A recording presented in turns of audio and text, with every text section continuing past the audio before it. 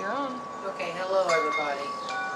My name's Diane Meek, and I'm here today to try to bring up the topic of school funding.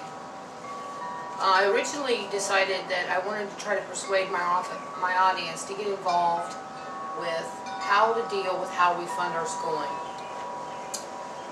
In 1976, the Ohio Supreme Court decided that school funding was unconstitutional because we had an overdependence on property taxes to fund our schooling.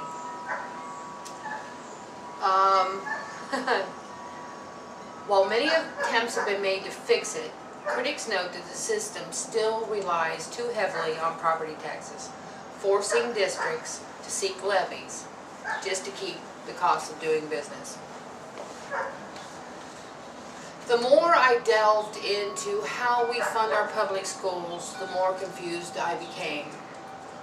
I personally own a home that, for tax purposes, is valued at $250,000. Out of that tax liability, I have $1,600 a half. Out of that $1,600 a half, $1,000 of that tax liability goes to my East District schools. Not only do I pay that twice a year, I also have a 1.5% income tax that goes against what I earn each year. That is an extreme burden on the taxpayers. Everyone here values education.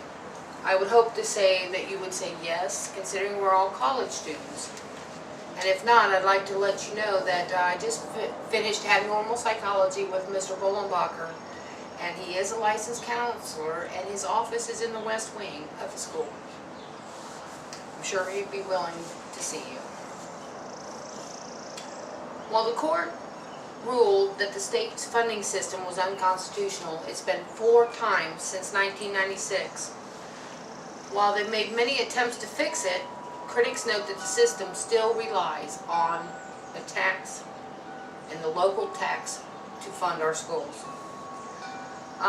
Most property owners in Dayton region are paying a higher school tax now than what they did a decade ago. According to the Dayton Daily News, the analysis of the district tax data from the Ohio Department of Taxation, 70 school districts in an 8-county area, 48 have higher taxes now than what they did in the year 2000.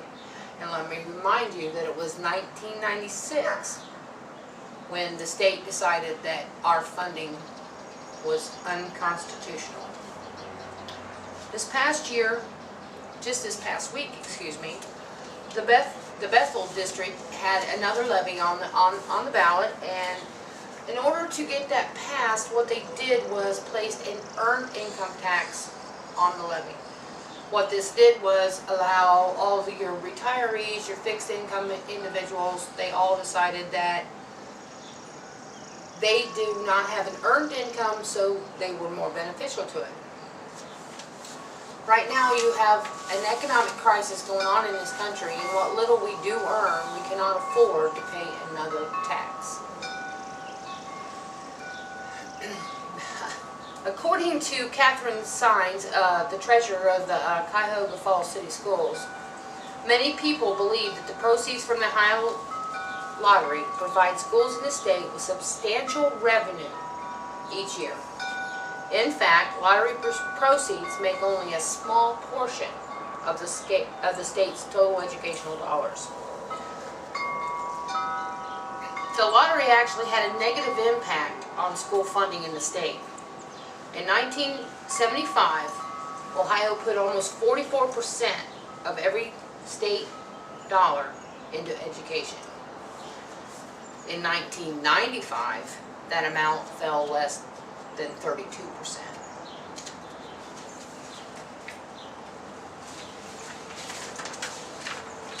The public may believe that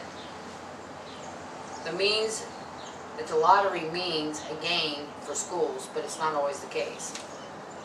A professor at Carroll School of Management in Boston College said that you're allowing the state to spend the money in other places rather than the schools. It's not a bonus for the schools, but a substitution.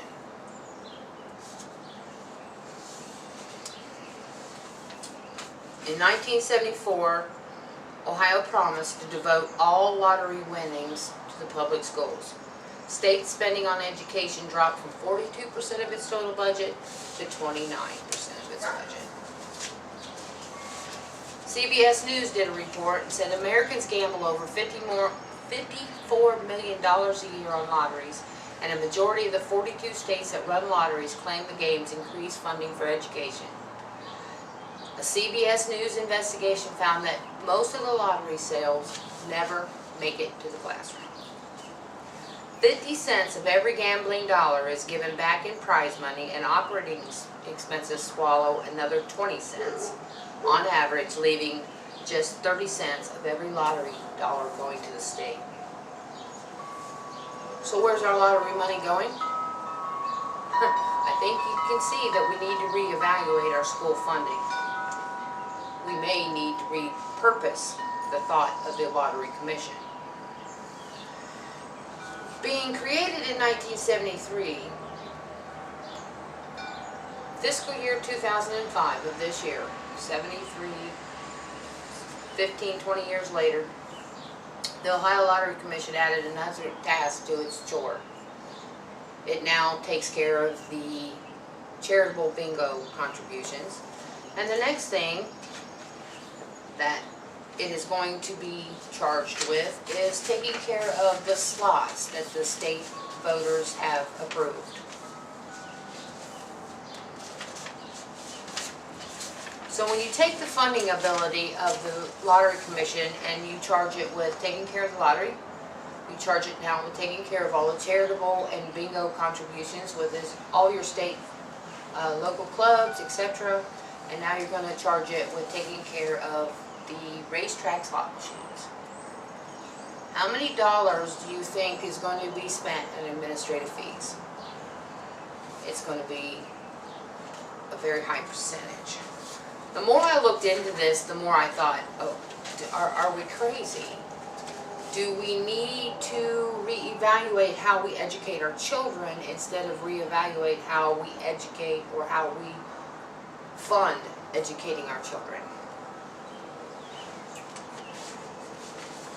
According to the state, the cost-based is $5,803 per student. $5,803 per student is what we spend on our education of our children.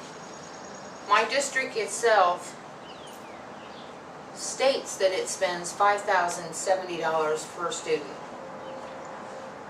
In its own website, it says that the state gives them $5,624 per student.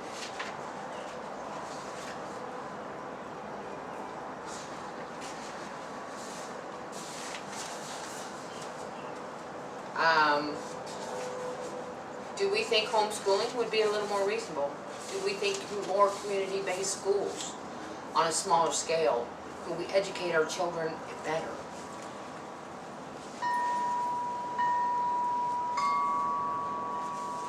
When I asked you people about seeing Dr. Bollenbacher in the beginning of this speech, I'm beginning to think that how much does it cost to give us a quality education to our children?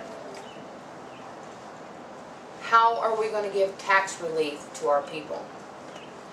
In this persuasive speech today, the only thing that I have concluded in all the research that I've done is that we do indeed need to get involved with how we educate our children and how the educational system is run.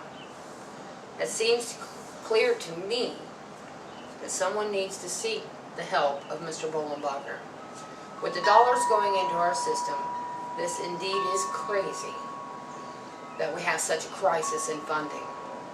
Should we start homeschooling? Could we do web-based schooling? I do believe that I think I could educate my children with over $5,000 per year. Cut it. Hit the record button.